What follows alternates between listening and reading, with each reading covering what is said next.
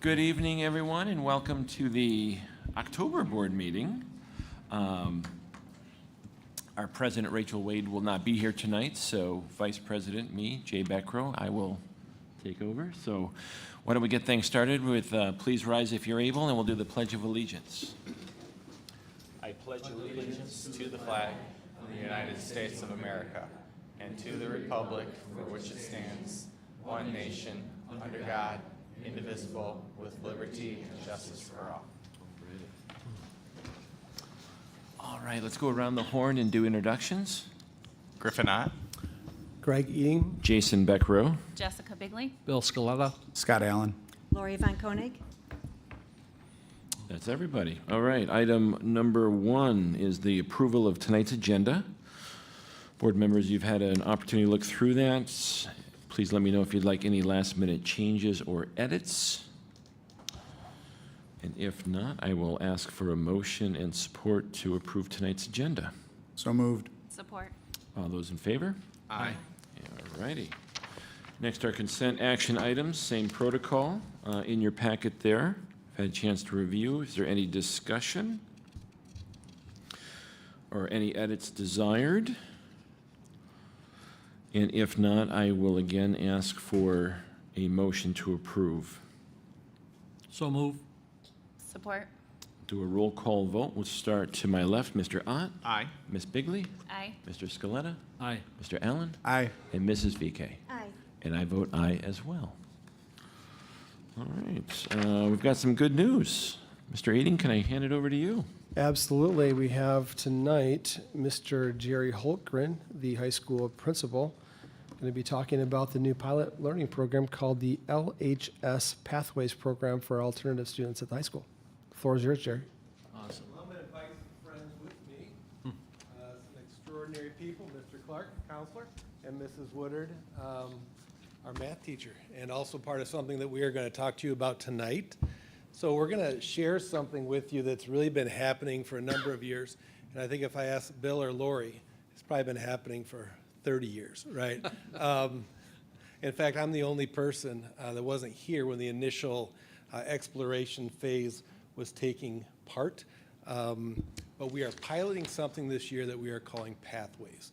And it is an alternative route to a high school diploma. So just a little backdrop from me. One of our desires at the high school is to provide a learning environment that works for all of our students. And that's probably true for most schools, across the country. And for most students, the traditional route, it works, but not for all students. And learning and school for some is a little bit more complicated. We've heard a lot about it, mental health challenges, illness, just family situations that you have all heard about and we hear about on a daily basis as well. And in the past, these students have had to leave, at least in my experience and my conversations, have had to leave Lakeshore High School. In fact, last year I remember we had 3 or 4 conversations, probably more than that, with students who really desired and families who really desired to have a Lakeshore diploma because it really means something to them that had to leave our district to be educated somewhere else. So with this, because they need flexibility. So with that as a backdrop, I'm going to hand it off to Mike and Katie because they are the ones that are on the ground that are really doing this work, this pilot, and they're building it as we go. And I'm going to give this to you when we're done. Yeah, you never give students something before, right? Because they'd be reading it when you're talking to them. So actually, I will. Is that all right if I give this to them? Okay. So I'll give this to you right now. It's the Lakeshore Alternative Pathway Program Overview. But I promise you, they are going to do such a better job explaining it in person. Awesome. So good evening. For those of you who don't know me, I'm Katie Woodard. I'm one of the math teachers here. I was hired back in 2001, and in 2001, Lakeshore High School had an alternative ed program that was ran by Ron Patzer, who, when I look back at my 23 years here at Lakeshore, is probably one of the most influential educators in my life and what he desired for students and that access to education for all. And we're at a point here at Lakeshore, we're back to identifying ways that we can do that. And in 21 years, a lot of things have changed. And so now that option for that alternative pathway is coming through a virtual option. So I've had the opportunity through my years here at Lakeshore to work with an online program where we had students do credit recovery and some learning in other alternative situations. So right now, I'm the teacher of record for the course. I'm the person that has daily contact with the students. So I'm overseeing the courses that they work on based on their graduation audit, and I'll let Mr. Clark, as the guidance counselor, talk to you a little bit about that. But the students and I make contact through our Google chat and message with each other, encouragements, monitoring their progress. I'm able to see the amount of time they spend on the topics, idle time, send them encouraging notes. They're able to message me and let me know what areas they're struggling in. And through the platform, I can see the lessons they're working on. I'm able to see the questions they're answering. We're able to do reteaching and re-quizzing and retesting through that program. So it's not just a one and done. They have an opportunity to keep growing and moving through things. But what's really awesome is we've given these students who, a couple of them are working, we have one young man who's working as a long-haul trucker with his dad. And I know one of the Google Meets we did was in the truck, and I could hear the engine in the background because that's where his desire is. He wants a diploma, and he knows that diploma opens up doors that he won't have access to without it. But right now, being in this building for that 6 hours a day isn't going to get him to that diploma. He had other roadblocks, and right now he is being successful, he's passionate, he's excited, he's asking questions, things that we didn't see out of him in the regular classroom. And so when we remove some of those distractions and he's able to focus and do the things that he needs to, he's being incredibly successful. We have another young lady who moved into the area and needed to finish some courses, and we've been able to help her do that and finish up and get that Lakeshore diploma and doing that. And she's she's tracking herself and doing a really good job.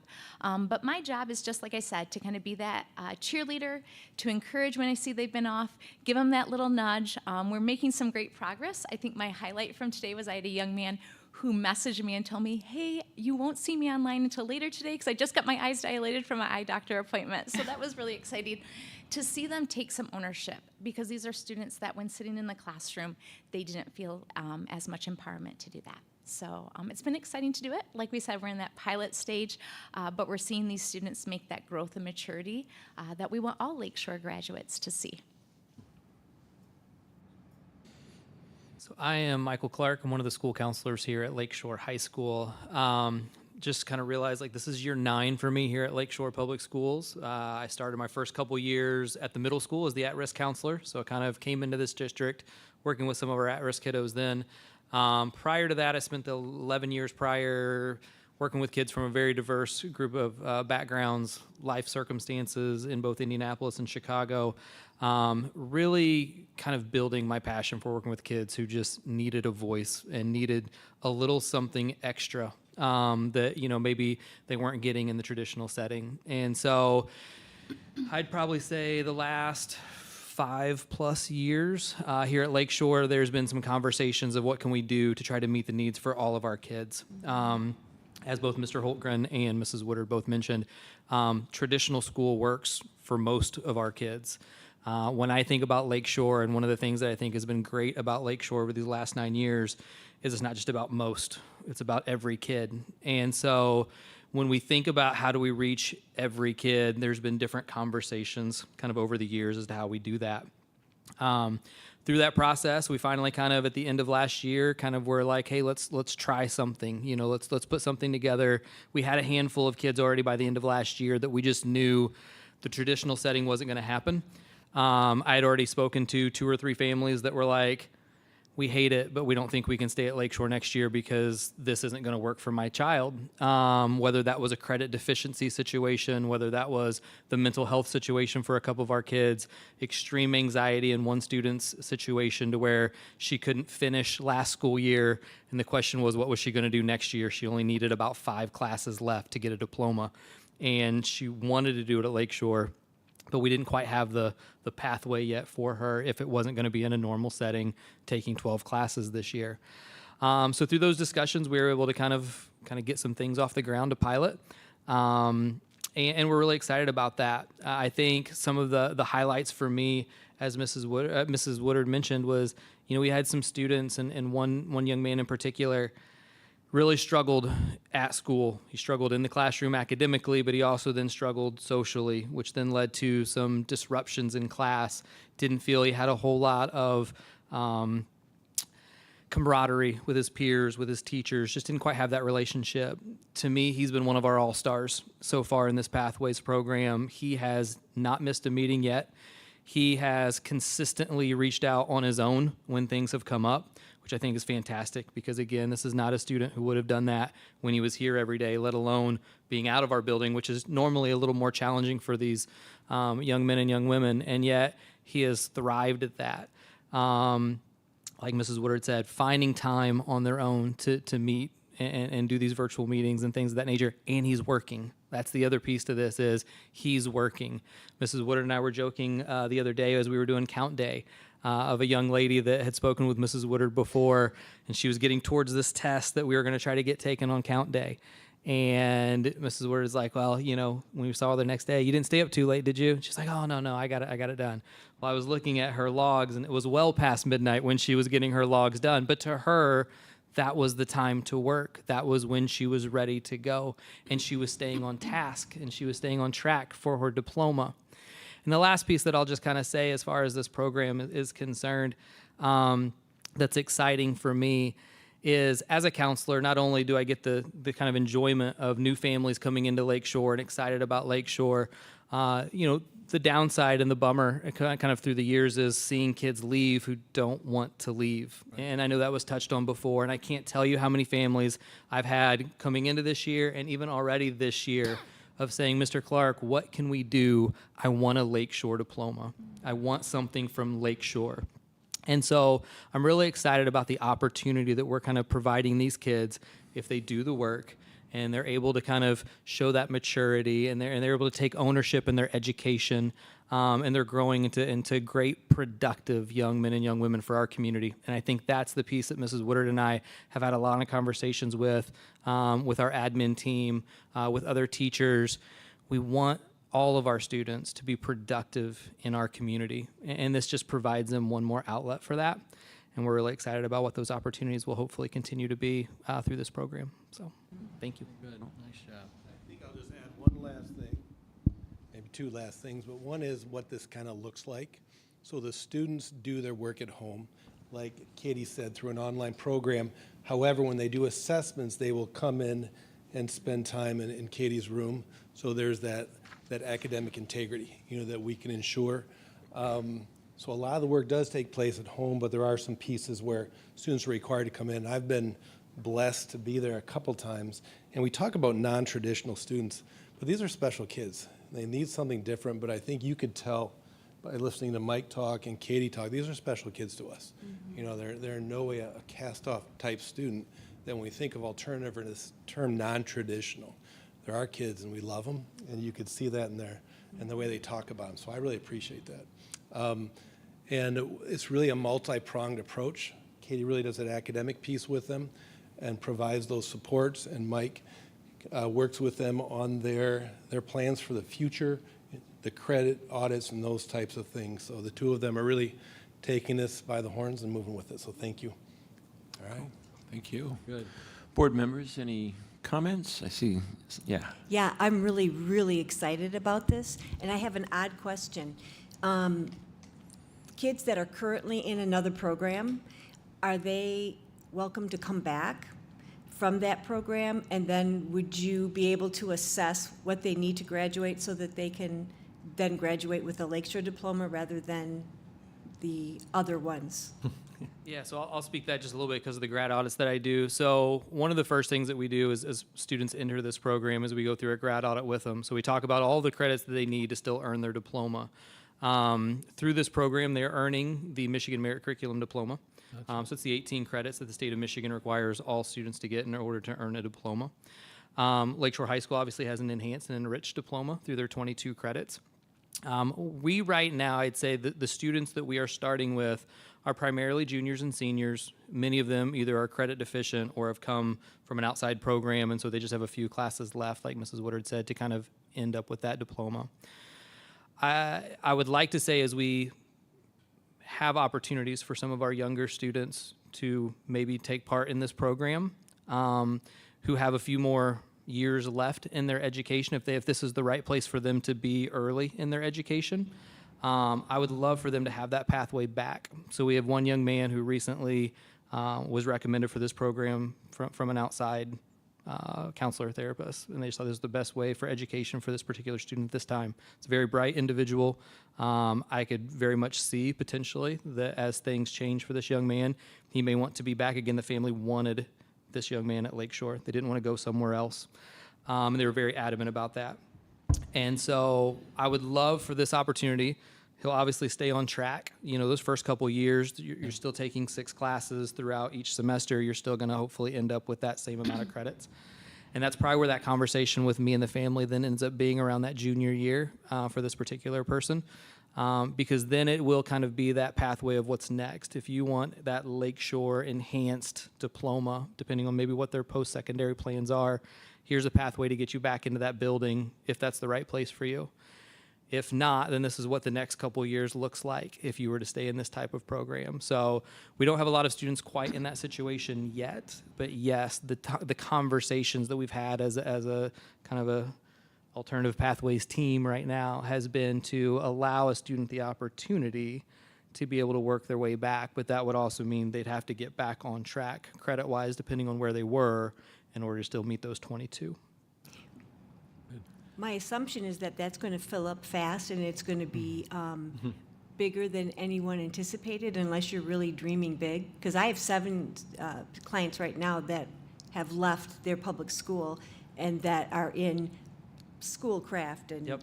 I mean, all over the place. Yep. So Yeah. I think that's going to be very, very important when they come back. And how will those kids get that opportunity? Is it just going to be word of mouth? And I have one more question. What is the age that you will allow students to come back? Because there are kids that we lost since 2020 Sure. that have been struggling just to finish their GED, and they're not doing very well, and they really wanted a Lakeshore diploma. So what, from an adult, I mean, there are, some of them are 22, 23. What do we have to offer for them? So we don't have, I'll say, like an adult education program yet. So for us, it's still under the traditional kind of umbrella of Lakeshore Public Schools. So we still run under that same age out piece around that 19-year-old mark. Yeah. So as long as students are under the age mark, as far as being able to attend Lakeshore High School, they could be part of this program. When it comes to students who have left or come back, right now, you talk about filling this program, like this program, for the time that we are able to put in, is both still doing full-time counseling, full-time teaching, things of that nature. We're getting pretty close to being probably where we're kind of, I'll say, filled, quote unquote, and that's more from a time perspective, not so much from a need perspective. And so the need is growing. I think, now that the school year has started, we're obviously getting close to a quarter mark, right? I think you will start to see kids as they meet the quarter mark. Conversations are being had amongst teachers, among administrative staff. What's the best fit for some of these kids moving forward? Okay. That will be conversations I'm sure that we will be continuing to have as to how many kids are entering before exiting the program. Again, mostly probably from a time perspective at this point. So yes, like I said, I have seen many of our kids in the past, as you have too, leave Lakeshore to find these programs, Bering Springs, Benton Harbor, and so forth. We're able to start providing something for these kids now. I hope that the opportunity, continues to grow as the need continues to grow. Because you're right, there is a lot of kids who this will help them get that diploma, hopefully help them stay in our community, and again, open up doors, open up opportunities for them to continue to be successful and hopefully have good lives. And I think this is the tip of the iceberg. Yep. And I can see that this is something that I have wished that we had for a long time. And I can see that this is going to, could potentially grow into something that is quite massive. And part of what we're doing, when we say pilot, we're trying to see who it works for. Gotcha. Right, we're starting to really hone in on the type of student that this learning environment works for. And I love the questions you were asking, because those are the same questions that we've been talking about. We've talked about, is this something that could be, adult education? Right. Because that is a real gap here, right? And then So- credit recovery too? Absolutely. Yeah, Yeah, so- yeah. So those are all conversations we're having. We're going to decide really, who does this work for? Right. And then, it could really, really expand very quickly, and we might be back talking to all of you what that looks like in the very near future. I think that we would be very supportive. I'm not speaking for the whole board, but I can tell you that that's been a discussion, and I think that LEF would be very much in favor of something like that. And I can see grants and advisory boards that could be very powerful from our community. I think I would just throw my full weight behind this program. I think it's timely and it's extremely important. How many students are currently in the program? We have 8 students right now. So I have 4 classes that I teach in person with students, and then I have 1 hour on my schedule a day for that. And so that's what Mr. Clark was referring to, of the amount of time that we have to be able to meet those students' needs. And with it being a pilot, we wanted to make sure that we monitor those things closely, because these are some of our neediest students, and our neediest students that are not within arm's length. And so you're messaging them, you're calling mom, you're emailing. Those are always things that are pretty easy to avoid or to ignore. And so working on figuring out the best way. So we've kept that number pretty small. But as Mr. Clark said, there was a student it was brought to our attention that this would be a good environment for them. And we've added him in, and he's been a rock star. I think he spent 4 hours today working on things like taking full advantage of it. And so those are the things that are so exciting, because we do know that this learning environment does fit a type of Lakeshore learner that deserves the opportunity at a Lakeshore diploma. So those are the numbers we're at right now for the schedule that we have. We'd like to have it 12 for the year, and we left room so students could move in, at the end of the quarter. And Very good. Anyone Very else? Thanks, Thank you. Jerry. Thank you. I just will add to this conversation, only before I have to do my information report, that it really starts tying into the area of student success for our strategic plan. And I got a feeling that as we start unfolding what that next year will be, that's a 1-year strategic plan. So every year we'll be re-looking at those goals and those action steps that we're going to be taking. I think you can start seeing some of the programming and discussion and pilots that we do and how those might unfold into those next steps. I think if we start to grow a little bit too fast and too quick and get too broad, we're going to end up being kind of average or below average at everything we do. So just trying to focus our attention on those plans moving forward, and it seems like that's been a great move for us as a district overall. So I'm excited. Jerry and I have been talking about this since he walked into the door, and I've been pushing back on that only to say, we want to do this, but let's do it the right way, for the most part. So. Excellent. That is good news. Thank you. Next on our agenda, as Mr. Eading alluded to, is the superintendent's informational report. Yeah, I just want to start with that I'm excited to share that we are well on our way to having another member as part of our school board with a student representative. This will be a non-voting member on the board, but we'll have a student repping the student body as a member of the board.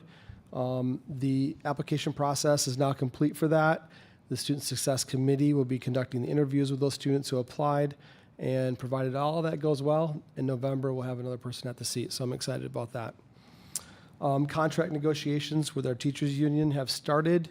We are currently working at getting a date to do some training together on the interest-based bargaining process. And doing that training will really help us in all the different issues that we'll be tackling over the next year or several years. There were some important education-based legislative bills that were passed this past month. I'm going to kind of go through that right here. A bill was passed to permanently reduce the school district's payroll contributions to the Michigan Public School Employees System, Retirement System, otherwise we call it MIPSERS, by 5.75%, which is a huge reduction, and to eliminate the 3% healthcare contribution that is required for some of our employees. Basically, those are the employees that were hired after 2011. And while we do not yet have the details of all those changes, how that's all going to be implemented, it's overall great news for our employees and our district. A separate bill is also passed that establishes a rigid framework and assessment system to identify dyslexia characteristics in students. That is set to be implemented in the 27-28 school year, but I can tell you we're already having conversations right now about how that's going to be done.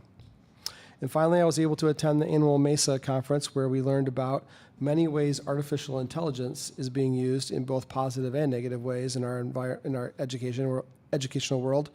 We also learned that student and staff health and wellness is a major factor in the ability to perform in the school setting, and that there's a large turnover in superintendents across both the state and country. We have completed about a quarter of the school year already, and it's a great time for all things Lakeshore. We've had a great start to our year. All right, thank you, Mr. Eading. We'll move on to the Board of Education committee reports. First, Facilities and Finance, Mrs. VK. On Tuesday, October 1st, 2024, the Facility and Finance Committee met, consisting of Rachel Wade, Griffin Ott, Lori Von Koenig, Greg Eading, and Tracy Althouse. Items discussed but not limited to include the following. Tracy gave an update on the audit. Our auditors will be present at the November board meeting. Greg and Tracy discussed the recent legislation affecting districts, which includes a reduction in ORS rates districts pay, as well as a 3% rate paid by staff who were hired before September 2012. Tracy mentioned much is still unknown and we are awaiting guidance. Tracy presented the monthly financials as well as budget modifications number 1, which will be presented at the board meeting. And Greg discussed contract negotiations with the teachers union and where we are at in that process. All right, thank you. Student Success Committee, Mr. Scaletta. I was in 2 of them, so okay. The Student Success Committee met on Tuesday, September 24th. Present at the meeting were Jason Beckrow, Greg Eading, Natalie Maserata, and myself. The committee discussed the progress of the elementary reading intervention program and reviewed the next steps in the curriculum for the district. Thank you. Culture and Leadership Committee, Mr. Ott. The Culture and Leadership Committee met on Friday, October 4th. Present in the meeting were Lori Von Koenig, Bill Scaletta, Greg Eading, Susan Toothman, and myself. The committee discussed the staffing situations in each building, as well as how the current district initiatives are impacting our staff. Specifically, the heavy workload of our elementary school teachers, and they're implementing their new reading curriculum and working through implementation of a common daily instructional schedule. All right, thank you. And last committee report, Community Connections, Mr. Allen. The Community Connections Committee met on Tuesday, October 8th. Present at the meeting were Rachel Wade, Jessica Bigley, Greg Eading, Susan Toothman, and myself. The committee discussed the many different communications that the district uses, including the website, social media, and email. They took a quick look at a mock-up of how the website would be updated and also reviewed the strategic plan goals associated with the committee. All right, thank you. I'll turn the mic back to Mr. Eading for superintendent recommendations and quarterly budget modification. Thank you. The first recommendation I have is that we recommend approval of the resolution which invokes the continuing resolution to collect 100% of summer taxes for the 2025 tax levy in July. Okay, that's page 53 on your packet, board members. Are there any questions or discussion on this topic that we'd like to? And if not, I would accept a motion for its adoption. So moved. Support. And we'll do a roll call vote. Mr. Ott? Aye. Ms. Bigley? Aye. Mr. Scaletta? Aye. Mr. Allen? Aye. And Mrs. VK? Aye. And I'll vote aye as well.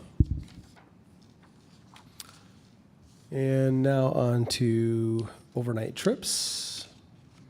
The Engine Build National Championship.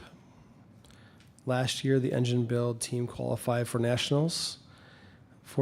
And in the event that the new team this year will be ready to compete, Advisor Doug Haygood is asking to approve for approval to participate in the national championship in Indianapolis, December 9 through 14, 2024. Board members, questions, comments, support? Is there a motion? So moved. So Support. moved. Support. All in favor? Aye. All right. And the second one is the Key Club Leadership Conference. Key Club Advisor Katie Woodard is seeking permission for about 15 members of the Key Club to attend the Michigan District Leadership Conference in Lansing from February 21st through to the 23rd, 2025. Is there a motion, question? So moved. So moved. Support. And all those in favor? Aye. Did we miss the Do I have to do that budget? too? Did I miss it? modification? Yeah, budget modification. Tracy's like, what happened? Yeah. It must have been on the other side of my page here. That's okay. Go Okay, for it, Trace. tonight we're going to go through budget modification number 1. First, I'd just like to give a memory lane trip on how we got to our projected budget for the school year. First, we had decided, with collaboration with the union, to use the governor's recommendation for a foundation allowance increase of about $243 per pupil. We also used a projected $26.40 for our student FTE. We had no excess equity from Barry and Risa, as well as no carryover for our financial awards. In addition, we stated there'd be no change in MIPSers, and we would have minimal ESSER money to ask for this year. In terms of expenses, we said a step or step equivalent. The MIPSers, again, the same as last year. No permanent building subs, as those were paid by ESSER funds, and that we were purchasing 2 buses, which was reserved by the board. As Mrs. VK mentioned, our auditors will be presenting in November, so you actually have the actual budget up there, or actual what happened last year, so this is a little preview for next month, where we started out at about $5.1 million. We look at what we have projected for revenues, what we had projected for expenditures, and we get to a fund balance percentage before the reservation of 17.31% and after 16.2%. So again, over what we expected. There were some income, especially in August. We had almost $300,000 that we did not plan on. No one knew about it. So for budget modification number 1, we had a decrease in projected revenues of approximately $480,000. Why did we have this? We had a decrease in state sources due to the state of Michigan not using the foundation allowance, but using this 5.75% MIPSers decrease. So that made some changes. We also are not receiving any 61C money. That's an elimination of CTE grant funding for equipment that was not approved. In addition, there was a partial decrease in 31AA, which is the mental health and school safety grant. The governor did put back a partial restoration, so it's about 50%. So we are getting some of that back. We also had just a slight decrease in where we projected our student enrollment. Instead of 2640, we were at 2636. So again, we were pretty close to where we thought we would be. In addition, for revenues being down, we also used all our ESSER money as of 6/30/2024. I just turned in all of those grant reports, so that's a good thing. We don't have one more year of grant reports, as it did have to be spent by December 2024. So it's spent and all over with. In terms of our expenditures, it's pretty close, about $40,000. There were changes in salaries due to retirements as well as new hires, and there's a lot of changes typically in that, as well as insurance changes over the summer. A lot of people get married, have kids, so we have some of those changes.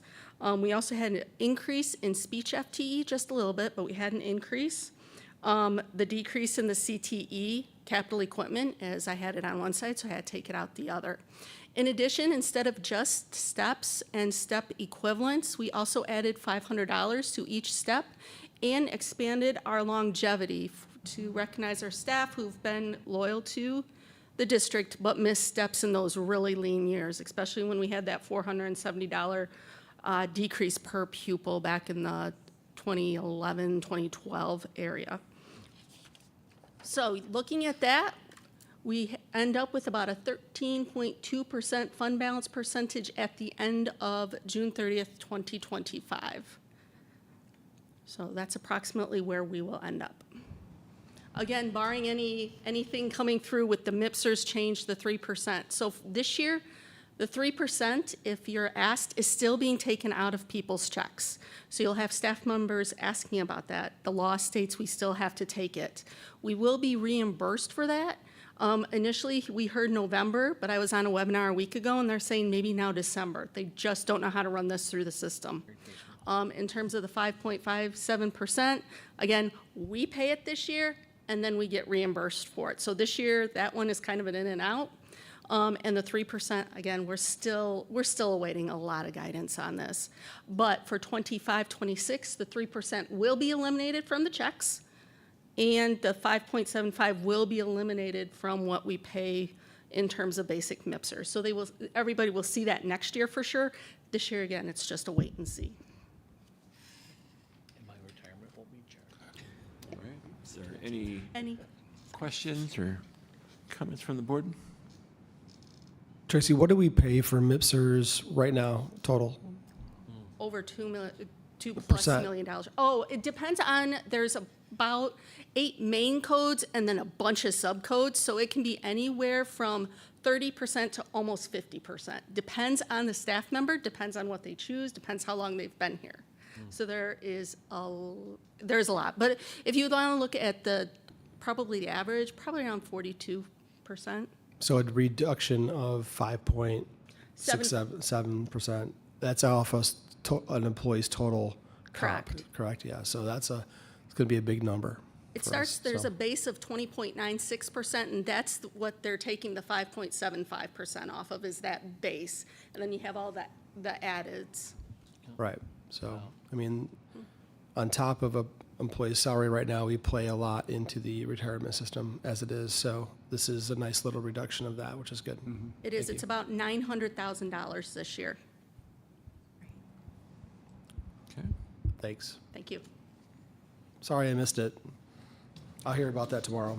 It's all right. So board members, we do have on our agenda quarterly budget modification number 1. Any discussion? Questions? And if not, I'll accept a motion for its approval. So moved? Support. Let's do a roll call vote. We'll start with Mrs. VK. Aye. Mr. Allen? Aye. Mr. Scaletta? Aye. Ms. Bigley? Aye. Mr. Ott? Aye. And I vote aye. I think that is the last item on our agenda. We are at the public comment. We do have one person registered, not sure if they're here. Diane Hart. Diane Hart, the floor is yours. The Going once? side story to this one is, I believe it's somebody with a St. Clair Shores address who I think signed up for the wrong Lakeshore Public School Board meeting to provide public comment for. Be surprised. So I did call Lakeshore Schools in St. Clair Shores and let them know, so hopefully, Okay. We were confused on their ACT scores one year, Yes. too, and ours were 3 points higher. yeah. There you go. Okay. Just to be fair, I'll go one more time. Going once, twice. No sale. We will move on then. We are now, I will ask for a motion to go into closed session. Our public business is done for now. I'm going to ask for a motion to go into closed session for disciplinary discussion. So moved. Support. All those in favor? Aye. All right, folks, thank you very much for coming, and we'll see you at the November meeting.